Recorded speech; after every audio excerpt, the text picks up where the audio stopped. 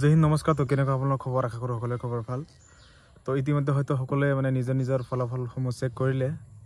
তো যিসকলে আজিৰ এই ফলাফল ঘোষণাত সফল হ'ল সেইসকল আটাইকে মোৰ ফালৰ পৰা আন্তৰিক অভিনন্দন জ্ঞাপন কৰিছোঁ। গতিকে আজিৰ যিটো দিন, আজিৰ যিটো তাৰিখ আপোনালোকৰ নিজৰ কাৰণে, নিজৰ লাইফৰ কাৰণে এটা হিষ্টৰিকেল ডেট হৈ থাকিব। গতিকে আজিৰ দিনটোত আপোনালোকে এনজয় কৰক, ফূৰ্তি কৰক। কিন্তু এনেকৈ নহয় যে কোনো ধৰণৰ ট্ৰেভেল কৰিব নালাগে। বেছিভাগ ঘৰতে থাকি এনজয় কৰক, নিজৰ ঘৰৰ মানুহক টাইম দিয়ক, বা মানে ফূৰ্তি কৰিবলৈ বহুত নিয়ম আছে, ৰাস্তা আছে। গতিকে নিজকে ছেফটিত ৰাখি পেলাই এনজয় কৰক, ফূৰ্তি কৰক। কাৰণ আজি এনজয় মই এইকাৰণে কৰিবলৈ কৈ আছোঁ, কাৰণ এইটো দিনৰ মজাটো আৰু নেক্সট দিনা নাপায়। ঠিক আছে। তো আজি আপোনালোকৰ মানে জীৱনত যিটো এটা দিন, এইটো দিন হয়তো আপোনালোকে কেতিয়াও পাহৰিব নোৱাৰে, আৰু নেক্সট এনেকুৱা এনজয়মেণ্ট দিন আপুনি কেতিয়াও নাপায়। ঠিক আছে।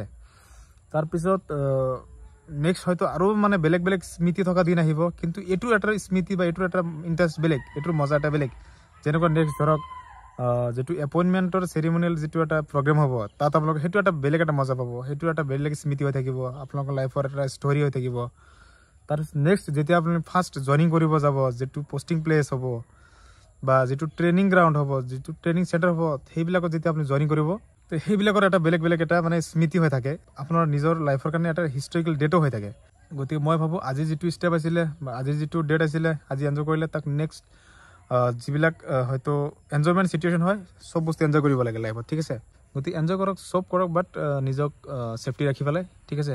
আপোনালোকে আগুৱাই যাওক, আগুৱাই যাই কৰ্মজীৱনত আপোনাৰ নিজৰ দায়িত্বসমূহ সঠিক ৰূপত পালন কৰিব বুলি আশা ৰাখিছোঁ। লগতে সদায় মানে এনেকৈ সঠিক পৰিশ্ৰমৰ মাধ্যমেৰেহে সফল হ'বলৈ মানে চেষ্টা কৰিব। এনেকুৱা এটা ৰাস্তা নাই যে আপুনি শ্বৰ্টকাট মাধ্যমত কেতিয়াও মানে সফল হ'বলৈ চেষ্টা কেতিয়াও নকৰিব। ঠিক আছে। গতিকে এতিয়া আপোনালোকৰ মানে জীৱনৰ ষ্ট্ৰাগলিং লাইফ এটা শেষ হ'ল, কিন্তু আন একফালেদি আৰু এটা ষ্ট্ৰাগলিং লাইফ আৰম্ভ হ'লহে। গতিকে লগতে আৰু এটা কথা যে আজি হয়তো আপোনালোকে সেইটো কথা অনুভৱ কৰিছে যে ইমান দিনৰ কষ্ট কৰিলে যে কিবা এটা ফল পায়, সেইটো আপুনি নিজৰ দ্বাৰাই মানে এইটো প্ৰমাণ পালে, আৰু সঠিক মেহনত কেতিয়াও বেকাৰ নাযায় বুলি সেইটো প্ৰমাণো পালে আজি। গতিকে সত্যৰ সদায় জয়, আৰু সঠিক মেহনত হ'লে নিশ্চয় এদিন নহয় এদিন সকলোৱে সফল হ'ব পাৰে। তাৰ লগতে আৰু এটা মানে কি দুখজনক কথা সেইটোৱে যে যিসকলে সফল হ'ব নোৱাৰিলে এইবাৰত, সেইসকলে মন বেয়া কৰিব নালাগে। এতিয়া উপায় নাই, মই আগতে কৈছোঁ যে চিষ্টেমবিলাকে এনেকুৱা যে কিছুমানে ৰৈ যাব, কিছুমানে পাই যাব, যিহেতু সীমিত এটা ভেকেঞ্চি থাকে। তাৰ লগতে আৰু এটা ইম্পৰ্টেণ্ট কথা কি, যে বহুতে মানে এই বস্তুটো এটা বস্তু মানে সন্দেহৰ আঁৰত লৈছে যে মোতকে মোৰ ফ্ৰেণ্ডে বা অমুকে মানে মোতকে কম নম্বৰ পোৱা স্বত্তেও মানে সি চিলেকশ্যন পালে, মই নাপালোঁ, নাইবা মই UB আৰু AB দুয়োটাতে এলিজিবল আছিলোঁ, কিন্তু ফাৰ্ষ্ট প্ৰিফাৰেঞ্চ UB আছিলে, ছেকেণ্ড প্ৰিফাৰেঞ্চ AB আছিলে, কিন্তু মোৰ লগৰ কোনোবা এজনে অনলি AB আছিলে ফাৰ্ষ্ট প্ৰিফাৰেঞ্চ। গতিকে সি কেনেকৈ চিলেকশ্যন পালে? এইটো ক্ষেত্ৰত ধৰক মানে এতিয়া বস্তুবিলাক কণ্ট্ৰভাৰ্চিয়েলি মানে চিন্তা আহি যাব পাৰে। তে মই এই ক্ষেত্ৰত আপোনালোক মানে এটা কথাই ক'ব বিচাৰিম যে আপোনালোকে আগতে মানে বস্তুখিনি সন্দেহৰ আঁৰত নল'ব। কিবা এটা যদি জানিব মন আছে, তেন্তে লিগেল প্ৰচেছ মতে আপোনালোকে RTI কৰিব পাৰে। RTI কৰি পেলাই জাষ্ট মানে সেইখিনি জানি ল'ব পাৰে, কাট অফ কিমান গ'ল, কোনে কিমান পালে। কিন্তু এইটো RTI কৰাৰ মানে এইটো নহয় যে মই কিবা এটা চাকৰি পাম নেকি, তেনেকুৱা নহয়।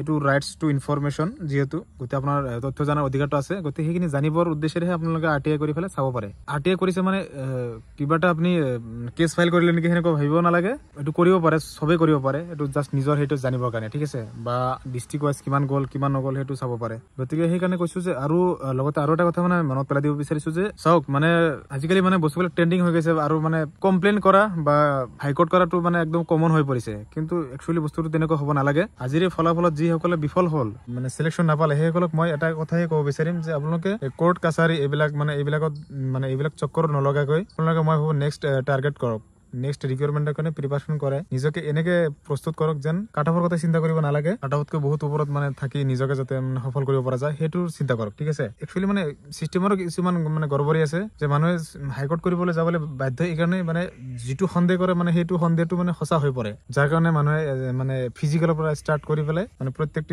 ষ্টেপে মানে হাইকোৰ্ট কৰিব লগা হৈছে ল'ৰা ছোৱালীবিলাকৰ।